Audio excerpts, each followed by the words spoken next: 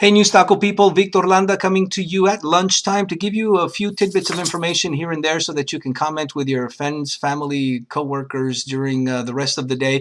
Interesting things that I found on the internet. In Salem, Oregon, a man and a woman are facing a charge of initiating a false report after crashing a truck in a field, then telling its owner it was stolen at gunpoint by two Hispanic men. It always happens when somebody's in a pickle. They try and figure out some fictitious criminal that they can post or they can blame their troubles on, and they always seem to blame minorities. And this time it was a Hispanic male, gun-toting Hispanic men that apparently ripped them off. All the while, I think they were trying to rip off the truck itself. I'm going to be posting links to these stories down below this video so you can check them out for yourself and read a little bit more about them.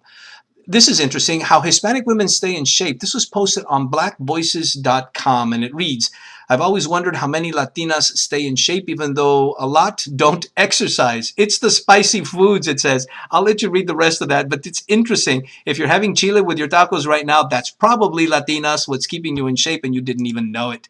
Immigration raid in small Washington town shakes residents. Apparently, there were vast immigration raids in the small town in Washington State, and more than 200 people turned out at a central Washington church to discuss the raids. A lot of Latinos in that community are nervous. They're hiding, and they have no idea what's going to happen going forward. Apparently, these raids occurred at 3 mobile home parks.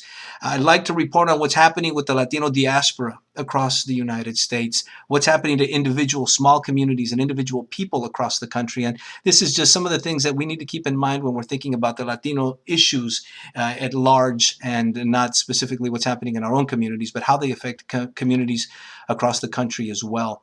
And this to us from Chipotle Grill in Minnesota.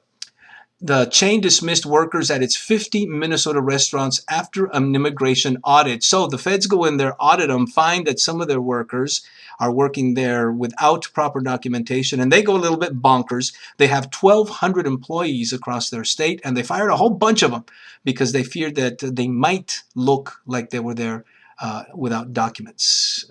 We're probably going to be seeing more and more of this stuff, especially in light of the president's new verification office that he's getting ready to start today, in fact.